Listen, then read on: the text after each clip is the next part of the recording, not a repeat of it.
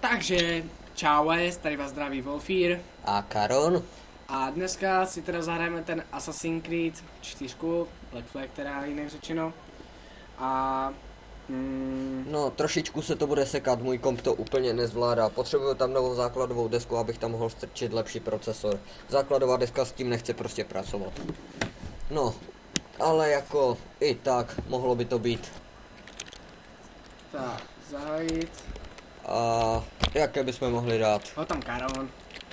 Woofer, Karon. Kar. To je Kar. Tak. Tady si to teďka bude to, chvilinku načítat. Samozřejmě nevadí. Samozřejmě teda.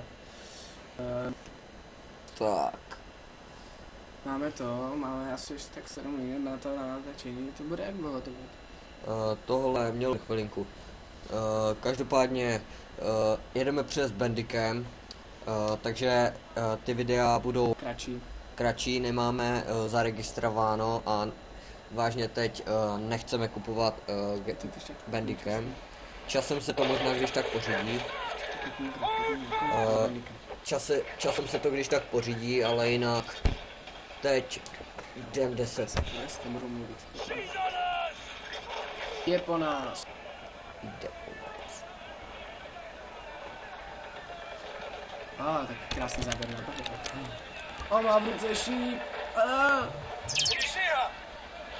Jak to v cajku tam neznají.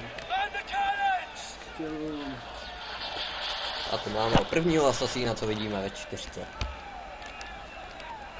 Vlastně tady můžete vidět ovládání, jednoduché. Samozřejmě musím. Už znám, už jsem chvilku hrál. Samozřejmě já to neznám, já jsem to ještě v životě nehrál, ale... Podle toho... Ani lagy tam nejsou jako... Na moři moc ne, tak je strašně snížená grafika. Ale jako jinak to natáčení... Ani ta grafika je jako pěkná, podle mě teda.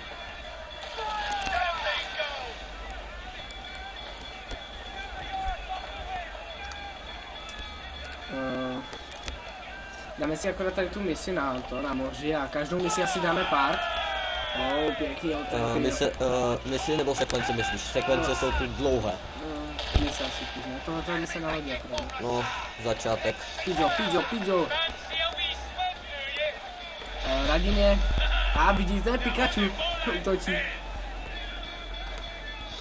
A pojď Pizzo. Tak jdem. To vás pěkně minulý ty koule. Já nemám rád moc tyhle boje. Na lodi prostě to nejde. Pizzo.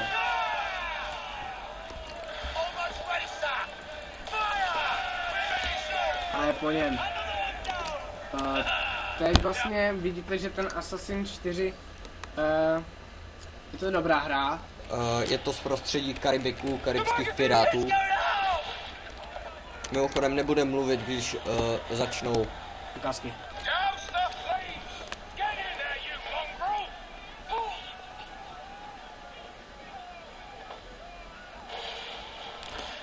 Bum. Vyletěl.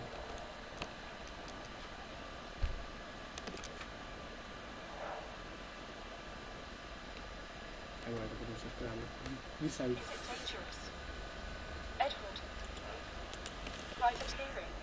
Typický vztah, je to nebezpečné.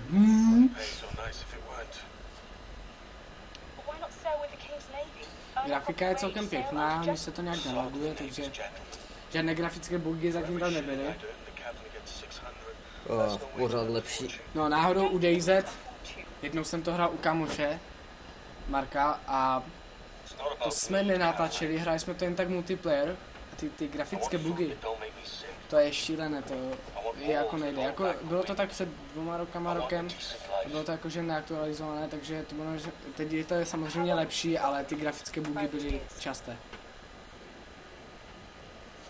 A u DayZ to se nevyplatí hrát sám.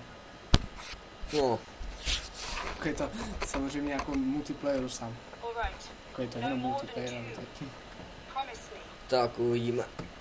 Klasický vztah, ženská chce po chlapovi něco, co vůbec se mu nelíbí. Chvilku si zaběháme na ostrově a potom to stopneme. A natočíme další part. Ano. Epický někam. Jak plave. Woofer. Pet delfín. Natočili bychom další část toho a hned to hodili na net, jenže Woofery potom nemá čas. Musím na trénink, no. Co nevím, to v češtině.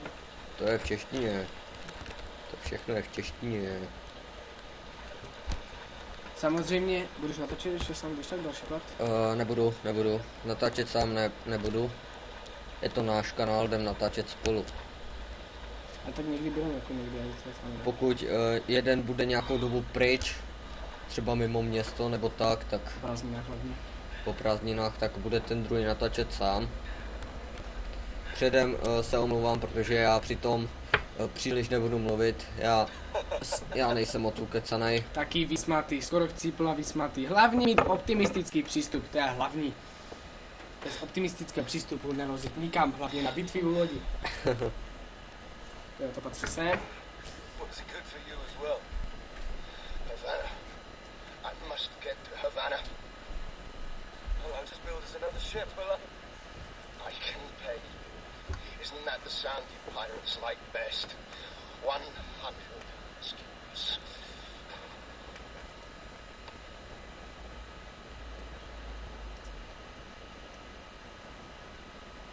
Co čekal na pláži, kde bude?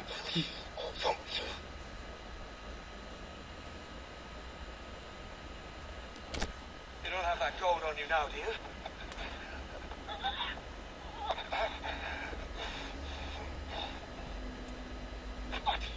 Fucking pirates! Mezarní piráti.